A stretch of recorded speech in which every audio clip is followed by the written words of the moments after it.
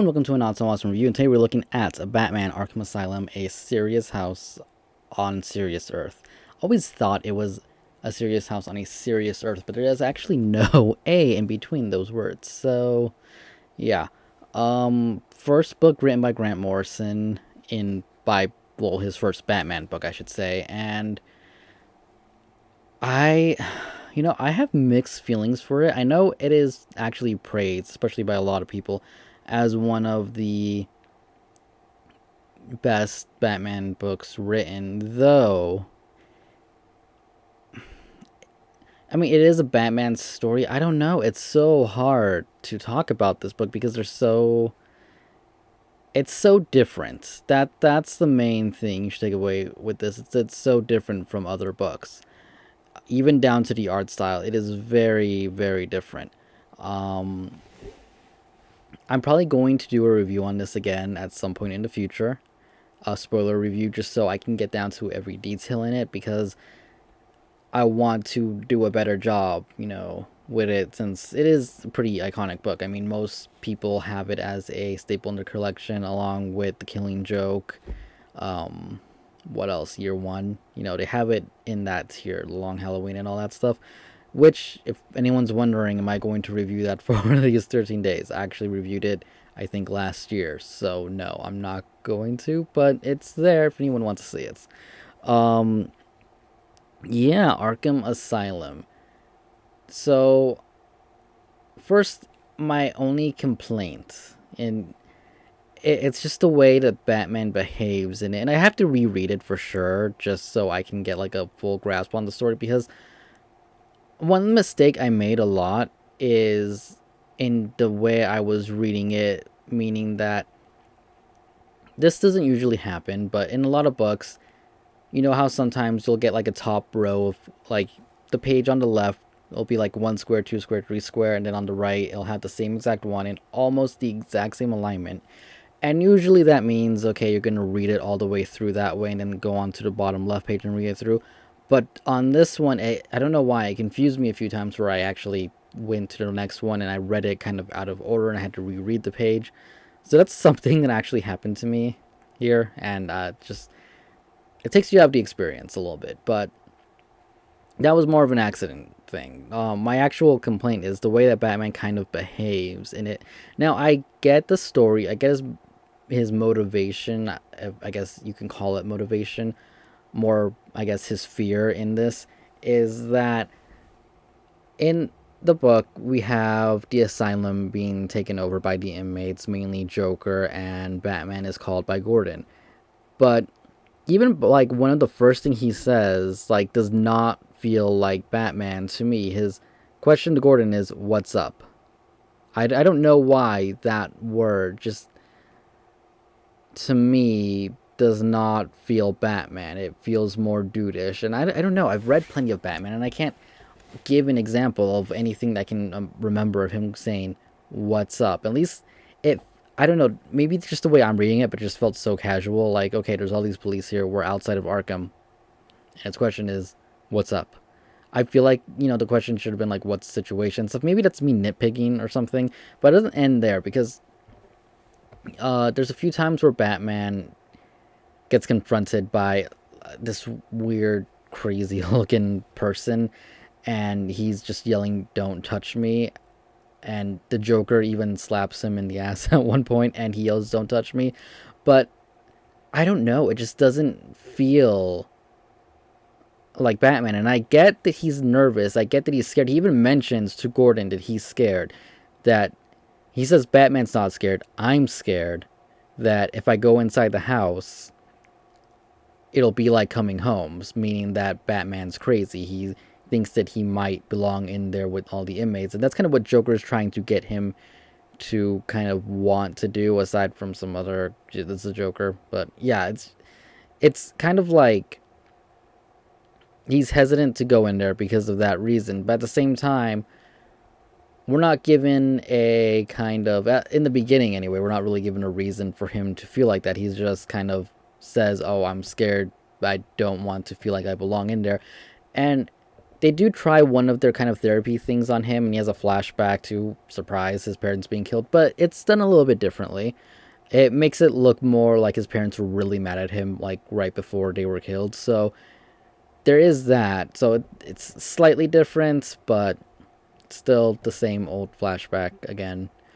Um, Let me think. Among all of that, we get to see the inmates, and this is kind of where like the psychological kind of thing goes into it.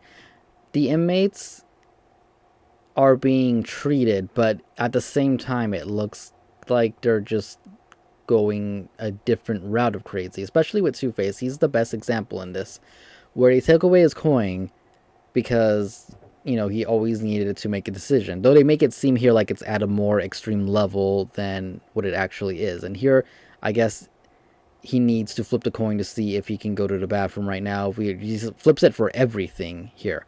So they gave him like a dice so he can make up to 6 decisions, and then they switched it to cards.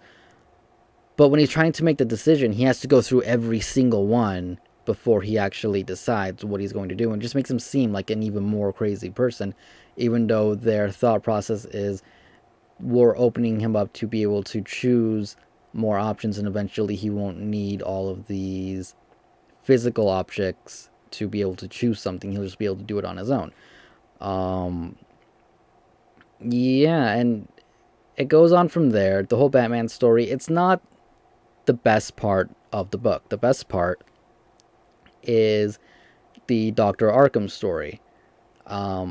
We get a background story on basically starting from 1901, where we find out what happens to Arkham's mother in the house. He used to live there. It wasn't always an asylum or anything. It was just a regular house, albeit a creepy house that he did not like. He talks about how like empty it is, after his father died and stuff, and taking care of his mom. And we see his mom, and even this one scene with his mom right there on the bed is just creepy with these like roaches falling out of her mouth. We find out, what happens to her, and then we find out what kind of happens. It's by the end of it, it all unravels a little bit better and becomes a little bit more clear. But we also learn about one of his patients who's a murderer, and he's giving him treatment. We find out some crazy stuff that happens to his family, and then throughout it, he's having nightmares, especially about the house. About one of them was about these. He had a nightmare where these mirror people that he used to think he saw in the house escaped, and they were after him. Uh, we get a mention of what his mom kind of thought that she was hallucinating and saw, and he starts doing it too. And it just turns into like this whole him kind of declining in mental status until he himself has gone crazy, and by the end of it he's gone crazy. And it's a really good story. The Arkham story in this about him himself is amazing. It's done really well. I really enjoyed that part. The Batman part, it does tie into it by the end of it, but it wasn't my favorite part of it. If anything, it's just that Arkham part really fits in good. The Batman part, it's in there. It's good, but it's not the part that I took away from it. I mean, honestly, this book could have just been about Arkham, and it could have been a little bit more detailed, had no Batman, just taking place in the universe, and it would have been a really good book. It probably still would have been as successful as it was, if not more so. I think that everything in it was done good, but the Batman parts were a little bit lacking compared to the parts with Arkham. That's just my opinion. And like I said, I'll go more into detail this in another review at some point. The other thing I want to talk about, obviously, is the art, which is crazy. I mean, it can leave you wondering what's going on. Some parts are so dark you have no idea what's going on. It's not a style for everybody, for sure. It is definitely not a style that everybody is going to enjoy. Doesn't mean it's bad, but it's just one of those art styles that not everybody's going to have a taste for. But it is still really good. I mean, for what it is crazy. It just, everything is just, it looks crazy, and it sets the tone for the book. I mean, it really, really fits in with this story. Do I personally enjoy it? It's okay. I don't think it's it's definitely not something I want to read in that art style a lot. But when the mood calls for it, I think it is good, and definitely the mood calls for it in this book. So it's good. It is, well, you can see on the screen right now. It's good. At least I think you can still see on the screen. Maybe not. Maybe I already finished with the editing. I still got to edit this. Obviously, I'm recording it right now. But anyways, that is my review for Arkham Asylum. I really don't even know what kind of score I would give it. A 4.8 out of 5, maybe a 4.5 out of 5. I know a lot of people would give this a 5 out of 5 straight out. Just the whole way Batman behaves to me does not seem like Batman. I get that he's scared that he's going to fit in with everybody in Arkham. I get that he thinks that maybe he's insane too and stuff. But the way he just puts it out there and the way he just says to Gordon that he's afraid, not Batman, but he's afraid, it just feels really out of character. It just, the whole yelling "Don't touch me" multiple times in the book seems out of character. Him being afraid the whole time just seems, like I said, out of character. I mean, you would think that it would be more of an internal struggle. Like, he wouldn't say it out loud, but he would be thinking it and would be reading it in his head or something. That's just my opinion on the character. I mean, I've read plenty of books, and definitely this is the more.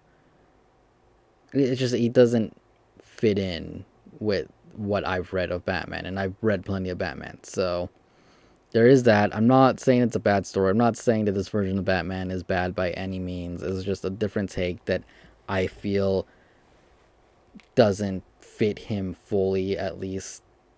That's my opinion. But anyways, like I said, that's my review for this.